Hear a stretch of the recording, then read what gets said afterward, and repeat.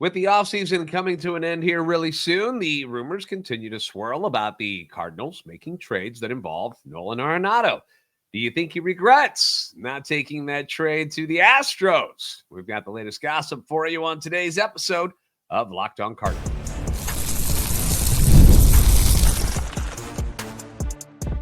You are Locked On Cardinals, your daily St. Louis Cardinals podcast, part of the Locked On Podcast Network. Your team every day. Hey there, Cardinals fans. I'm JD Hafford, and I'm your host for Locked On Cardinals, part of the Locked On Podcast Network, covering your team every day. You can follow me on Twitter X at JD Sports Radio, as well as the podcast at LO_Cardinals. I want to thank those of you who make Locked On Cardinals your first listen every day. We are free and available wherever you get your podcasts. You can find us on YouTube as well. Like, subscribe, and comment, and hit that notification button so you don't miss a single episode, because this is a show serving Cardinal Nation and giving the best fans in baseball all of the info about the birds on the bat. Today's episode being brought to you by FanDuel. Super Bowl 59 is here, and there is no better way to make every play more exciting than with FanDuel Sportsbook. New customers can bet just $5, and if you win, you'll score $200 in bonus bets, $200 in bonus bets. Download the app or head to FanDuel.com to get started. We know it's been an incredibly dull offseason for the Cardinals, right? Something that none of us are used to. And frankly, just being honest, it has not been a whole lot of fun, has it? I mean, it's been as boring as it can possibly be. You know, for this year, at least, the Cardinals have not been a part of free agency at all. At all. And I'm not going to count minor league free agents or, waiver claims. They have done nothing. They've done nothing. The only thing that is consistently brought up is trading away star third baseman Nolan Arenado, which, we've been stuck in a standstill with this ever since he turned down the trade to the Houston Astros, a move that I wonder if he regrets. When going back and thinking about it now, the Astros have made some significant changes to their roster.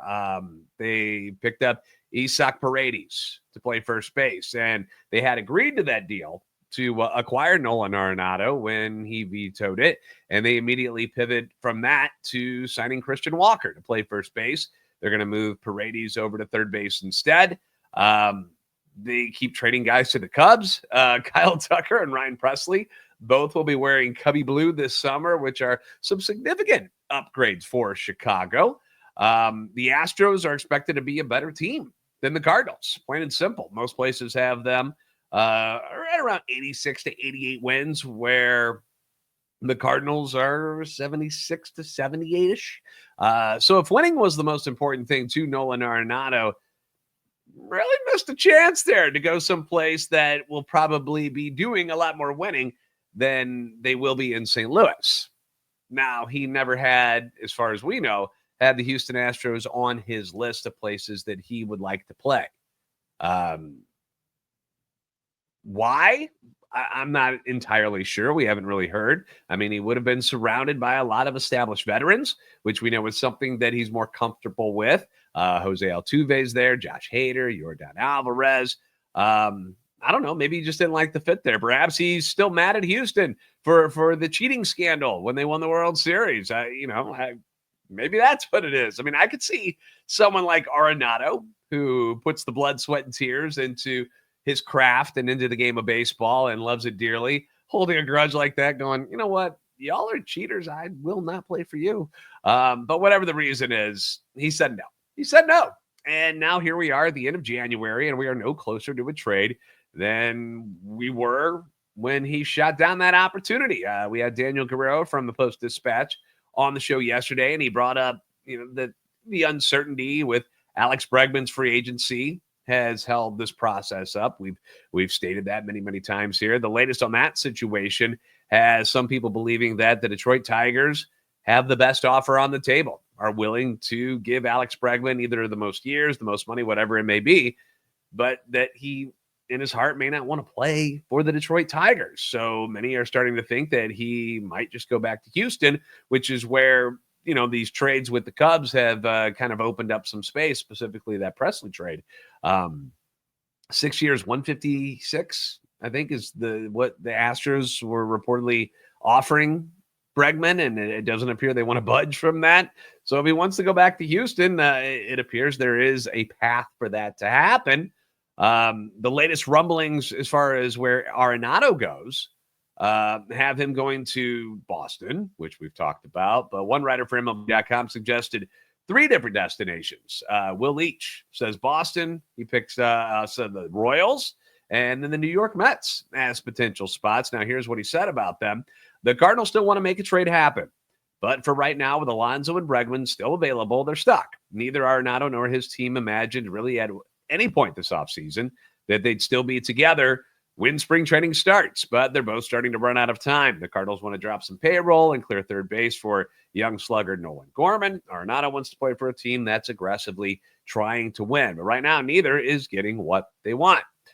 Kind of stating the obvious. Boston as a destination, we've talked about it a lot. His buddy Trevor Story is there, but Boston's got Rafael Devers over at third base, but he isn't very good defensively. Mashes the hell out of the ball. We know that. But defensively, it's been a struggle for him. So they've talked about and discussed possibly moving him to first base and trading one of their other young sluggers in Tristan Casas, which I still find it unbelievable that you would want to get rid of him. But, hey, they know their players better than I do. The Kansas City Royals currently have Michael Garcia and Braden Shoemake listed as their depth chart, or listed on their depth chart at third base. Garcia is 24 years old, 231 hitter, 7 home runs, 58 RBIs in 157 games. That's an OPS plus of 72 last season. Braden Shoemake is a former first-round pick of the Braves back in 2019, traded to the White Sox for Aaron Bummer back in 2023. The Royals claimed him off waivers from Chicago, from the White Sox, earlier this month. Had 64 at-bats for the Sox last year, who we know were dreadful, and hit just 125 with 1 home run and 4 RBIs. OPS plus -5. -5. Clearly, the Royals, who plan to contend this year, could use an upgrade over at third base, over at that hot corner to go along with their superstar shortstop, Bobby Witt Jr. They've still got their veteran catcher, Salvador Perez, Jonathan India. They picked him up from the Reds. Thank you, Royals, for getting him out of the division. They've got a solid pitching staff, and it's a team that won 86 games last year. They made the wild card. They knocked off the Baltimore Orioles before falling to the Yankees in the ALDS. So they're on the up and up. They're probably going to win some games this year. Then you've got the Mets, unlimited money. Although they can't seem to come to an agreement with first baseman Pete Alonso, they go out and get Juan Soto this year to go along with their already superstar shortstop, Francisco Lindor. If Alonso doesn't return, the plan appears to be that they'll move Mark Vientos over to first base, and that opens up the third base spot. It's got a veteran staff, Sean Manaea, Kodai Senga, Frankie Montas, Clay Holmes. I'm still baffled that they haven't brought Alonso back. I don't know what the hiccup is there, whether it's years, whether I don't know. Because it seems like it would just make sense to bring him back, and then you would have Vientos over at third base, but so far nothing has been done. So that's why the Mets are a spot where, hey, if Alonso doesn't come back, clearly he's going to be more years and more money than what Nolan Arenado is making right now. We would be interested in maybe having a little chit-chat. Although I don't know if Nolan Arenado wants to live in a city like New York. I don't know if that's his thing. And there's been this talk that Alonso could go to the Angels now. So I saw something where the Reds checked in on Pete Alonso. I still think he goes back to New York. But those are the 3 spots that Leach brings up. They make sense in their own ways. The Royals, just going off of what they've got, makes the most sense. St. Louis, Midwest town, obviously Kansas City is. Not a whole lot of difference there for the family and stuff. So that seems like it would be a nice spot for Arenado if he were willing to go there. Again, the Royals weren't on his list of places that he wanted to go either. So if anything changes, obviously we've got you covered, but the clock is ticking. And spring training starts in about 2 weeks. And I posted a question on X about this, and if time does run out, what happens with Nolan Arenado? Does he show up to spring training? How is it affecting the team and what the plan was supposed to be coming into this year. We'll drop into all of that nonsense next on Locked On Cardinals. I love going to live events. This is nothing new. Everydayers know this. And going to a playoff game, that's just, next level type of fun that brings fans together. Whether it's, the NFL, Major League Baseball, NBA, NHL. I mean, how many of you have been to a Cardinals playoff game or a Blues playoff game when they were making their run to the Cup? Or the Rams when they were in St. Louis? Or maybe you're in Kansas City watching this right now or listening to this. And you know what it's like with the Chiefs every single year. And when I need tickets to any event, even a playoff game, I use the Gametime app because I know it is the easiest way to find the seats that I want. They've got a new feature called Gametime Picks that makes getting tickets for events even easier. It just filters out all that fluff, and it'll show you just the incredible deals and great seats that you're interested in, so you don't have to waste your time searching through thousands of tickets. The Blues are back on the home ice on February 3rd with perhaps the greatest player on the planet, and Connor McDavid, and the Edmonton Oilers coming to Enterprise Center. And you can get tickets right now for this game for as low as $15 on the Gametime app. Further down the road, Post Malone, Jelly Roll coming to Busch Stadium in May. You can get tickets for that as well. Take the guesswork out of buying tickets with Gametime. Download the Gametime app, create an account, and use the code LOCKEDONMLB for $20 off your first purchase. Terms apply. Again, create an account and redeem the code LOCKEDONMLB. That's LOCKEDONMLB for $20 off. Download Gametime today. What time is it? Game time.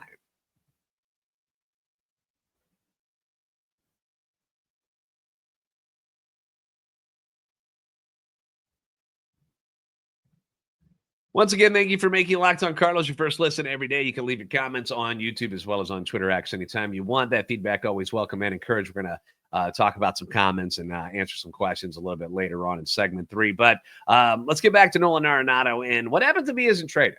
All right. What if with the clock, the sands of time run out and there is no deal in place? Do you think he'll show up for spring training? Do you think he'll show up on time for spring training? That was the question that I kind of posted on X, and it got some reaction from people because I don't know if a lot of people have thought about this situation and how awkward it really is because, neither side, neither the Cardinals or Nolan Arenado's camp or himself, as far as we know, have any ill will towards each other. Like, nobody is mad at the other side about anything. They get it. This is business. You want this. We want this. Let's move on. They both agreed that exploring a trade is what was best for both sides. Nobody fought this. Nobody was like, I don't know if I want. No. Now, Nolan Arenado, again, never demanded a trade, never said, get me the hell out of this place. This is awful. None of that has ever been reported. But when they came to him and said, hey, look, this is the direction we're going in. We'd like to do this. What are your thoughts? And would you be willing to accept the trade somewhere? And that's where he said, yeah, why not? Check it out. Explore, do what you do, see what you can find.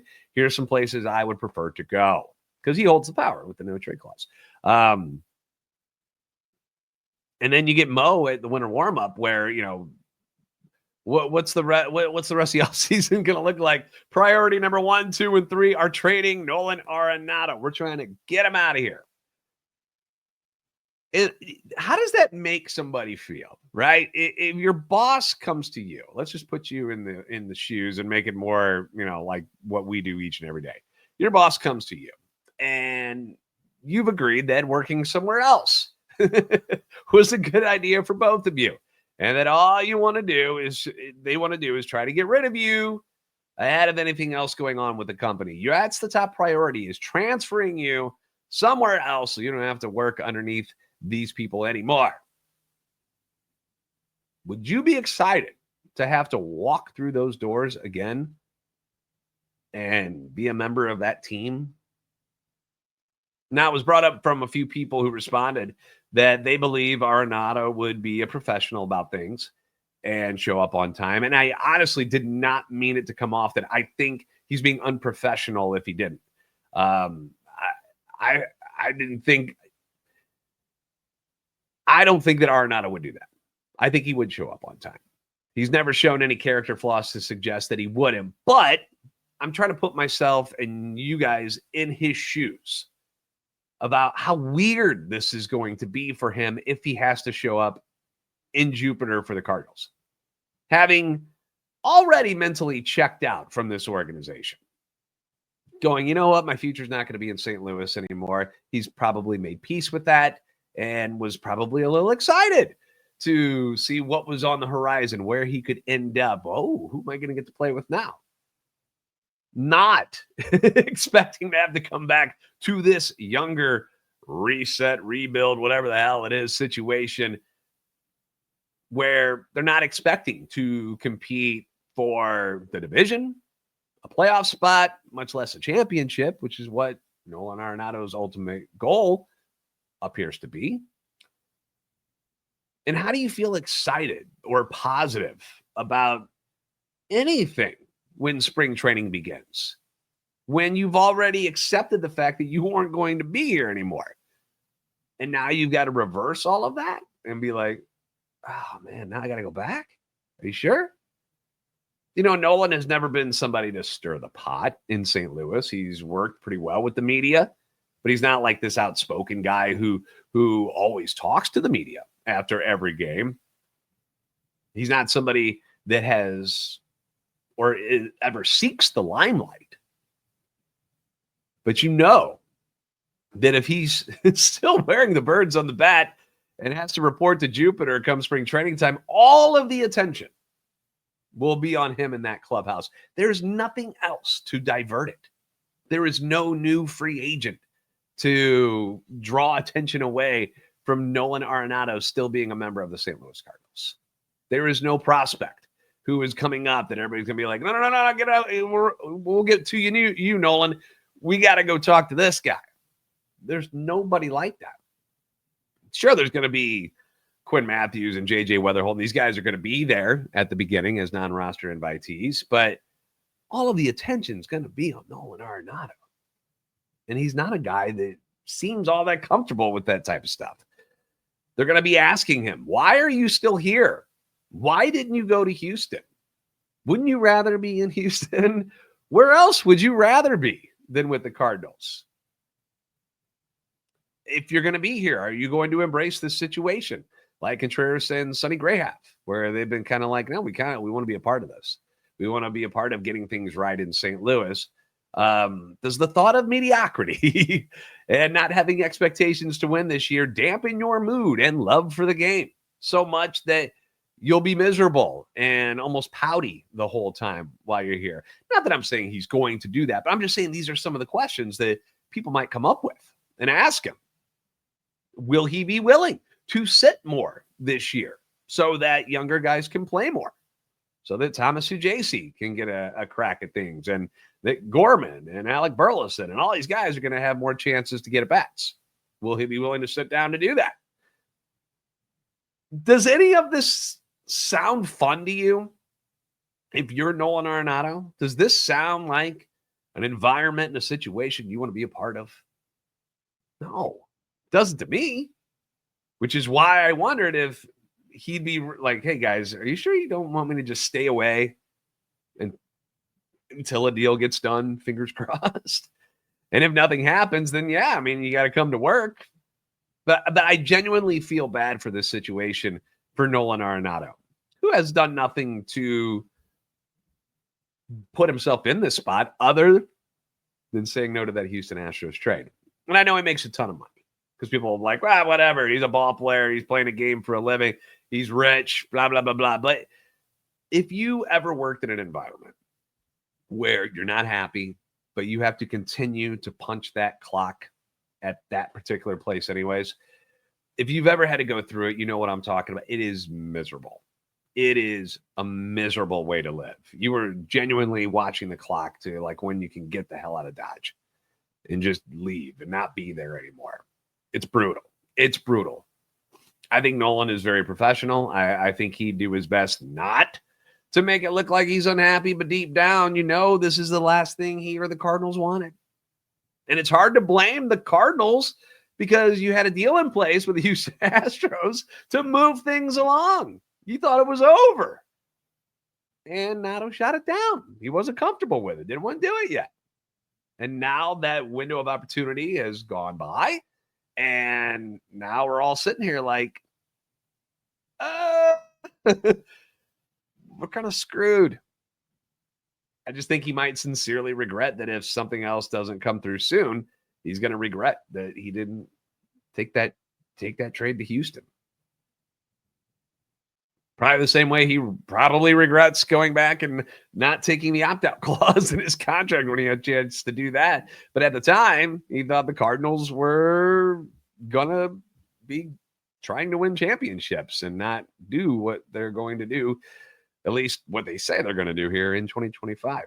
And for the Cardinals, if Nato's back, that means Gorman goes back to like second base most of the time, which means Donnie goes to left field, which puts Newton center field. It just moves people around. Walker and right. So that means Siani will be on your bench, which I don't think is a bad thing. I think Siani's a bench guy anyway. You got Burleson and Contreras switching off at DH and first base. But I think most people would tell you that Brendan Donovan's best position, the best place he's suited for, is second base. Like, he gets the job done in left field, don't get me wrong, but you love him at second base, don't you? Newt should be in a corner spot, not in center field. With Siani and, or Victor Scott manning center field. Jordan Walker should be in right field, which means Gorman and Burleson are both at the DH spot. Both are left-handed, but they don't hit lefties very well, so you got kind of two of the same type of dudes. Burleson had this great year. Gorman was down in the minor leagues, but you want him to get the at-bats at the major leagues, so you don't want him sitting on the bench. So who gets the at-bats now? Now you're going to bench Burleson, who proved himself quite worthy of being a major league hitter. Does that mean you got to trade somebody? And why does this keep happening to the Cardinals where it always appears they have too many good players in their eyes?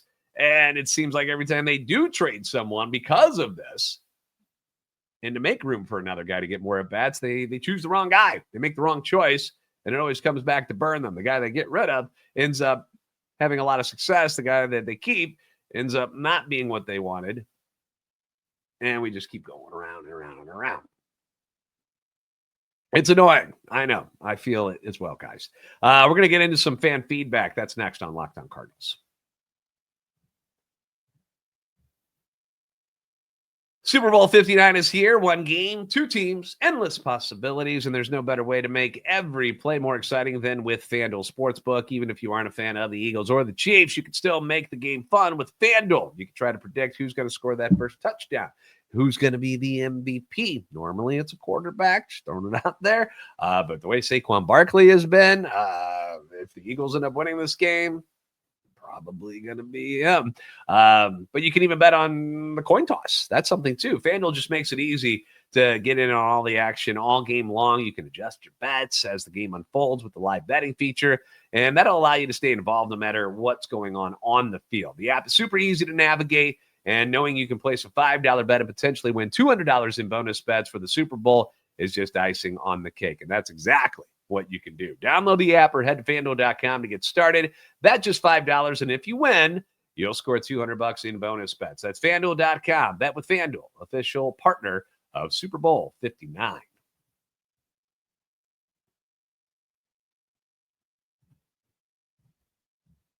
Thank you again for making Locked On Cardinals your first listen today. For your second listen, I encourage you to go find Locked On MLB. Our baseball guru, Sully, brings you a daily blend of baseball and humor, keeping you updated on all the teams this offseason. You can find Locked On MLB on your YouTube or wherever you listen to podcasts. All right, so we got some comments and responses to some of the recent shows we've done, so I want to go through a couple.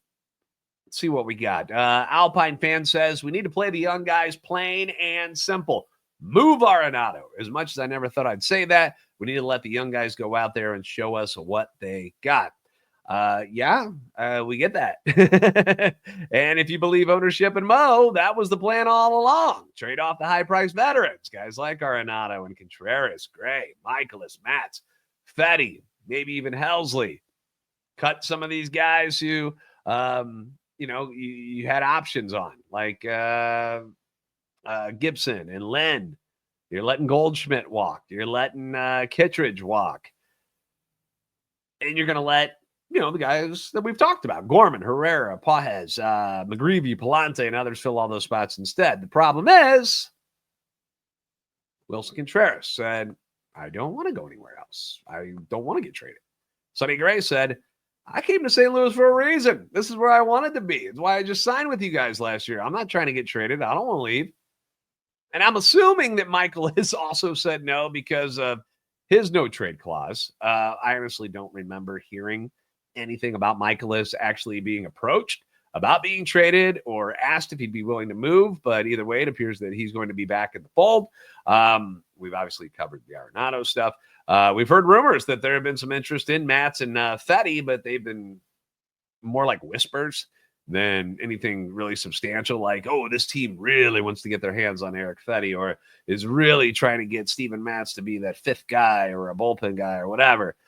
It's really been an offseason of nothing. Like when we got into this, and I remember doing the episode, and I was like, I'm really excited that the Cardinals are finally going to pick a lane and go that way and say, all right, here's what we're going to do. We're shaving all this old stuff off. We're getting rid of it. We're moving on, and we're going to, start this reset, and we're not going to tear it down. We're not just going to trade everybody away, but we're going to get rid of some of these high-priced guys, and we want to make some room for these other kids who we think have futures with our organization to get the playing time and get the at-bats and throw the innings, and it never happened. It never happened. And it started with Contreras and Gray saying no. When they said no, and we're like, well, we're not going to leave, we're like, well, what do we do? How are we supposed to trade, open things up? Then none of you guys will get the hell out of here.